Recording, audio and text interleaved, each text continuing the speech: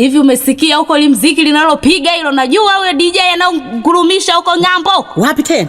Huko ng'ambo huko umelisikia, wewe lisikilizie tu kwanza. Sasa huyu ni nani sasa? Wewe kuna DJ limoja hivi linatoka hapo Lisaboni hapo mtaa polisi. Nani sasa? Anaitwa Ajiz. Mwanangu mimi yule. Huyo saizi AK yake unaijua? Anaitwa Jini eti. Jini mwanangu mimi? Ndio. Lakini watu hao wanalijua mambo ya jini ni maana yake ni nini? Ndio, ndo analingurumisha huko. Hivi huyu mtoto anapenda kweli kuitwa jina la jini? Yani hapa analingurumisha huko, watu wameacha na kuambia madera juu wameacha hadi mboga zinaungua. Wewe sikiliza jirani wewe anapounguza nyama hii. Sasa kuna mwaka fulani alifika kule na mwini kule.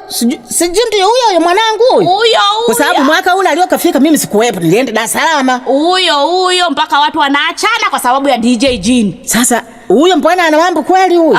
Mambo ya hatari. Yani hapa saizi toroka uje. Mimi hapa utanikuta baadaye. Hapa naenda kwanza kwa DJ huko, kwa DJ Jini. Upita kunichukua mimi huko sisikujui huko. Wewe mama saizi watoto wa 2000 tunaenda kwanza kuruka dimpe. Wewe tulia kwanza hapa mimi nikamwangalie tu kidogo tu.